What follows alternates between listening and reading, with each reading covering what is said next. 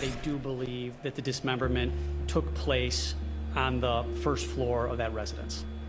New tonight, a woman accused of killing her landlord. Along with announcing murder charges against the tenant for killing her landlord, CPD releasing some very distressing details about the crime that they say occurred here in the residence that they shared early Monday morning. Namely, that this suspect killed, then dismembered her body and was in the process of trying to cover her tracks when she was taken into custody. The deceased, the person who owns the residence, had actually served the defendant with like a notice to leave or an eviction notice. And that was done very recently. I don't want to get the day wrong, but I think it might have even been done as recently as of Saturday. The tenants and the police went in and they were able to find some additional blood inside the tenant's room, at which point they discovered the gruesome remains in a freezer.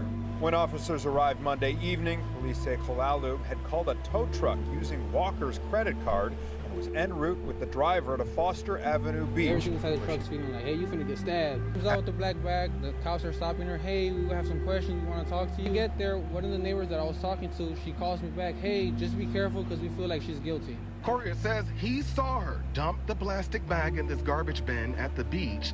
He then took her and her vehicle to this mechanic shop on Western and Tui. The owner tells me off camera he refused to service the SUV when the police arrived. I'm writing out her information of the card on the receipt. And then when I see the name, I'm like, what the heck? If you're saying your name is Sandra, who the heck is Francis Walker? That's when he says she began to act threatening, pulling out a pocket knife. Police not far away.